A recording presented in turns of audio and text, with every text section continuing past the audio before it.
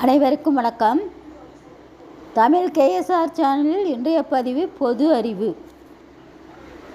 கார்த்திகை தீபம் கொண்டாடப்படுவதன் நோக்கம் என்ன?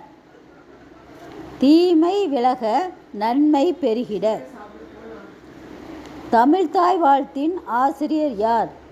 மனோன்மணியம் பே. சுந்தரனார். உயிர் வாழ்வதற்கு அடிப்படையானது எது? உணவு. தினசரி உடலுக்கு தேவையான புரதங்களின் அளவு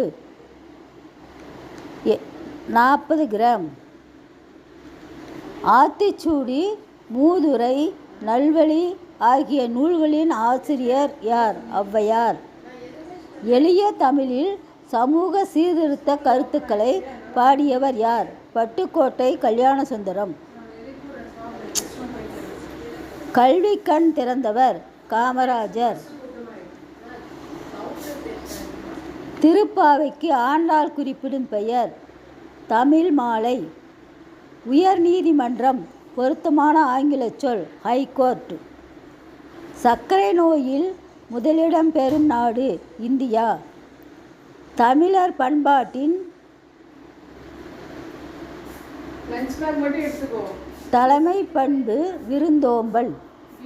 உலக பொதுமறை என்று போற்றப்படும் தமிழ் இலக்கியம் திருக்குறள்.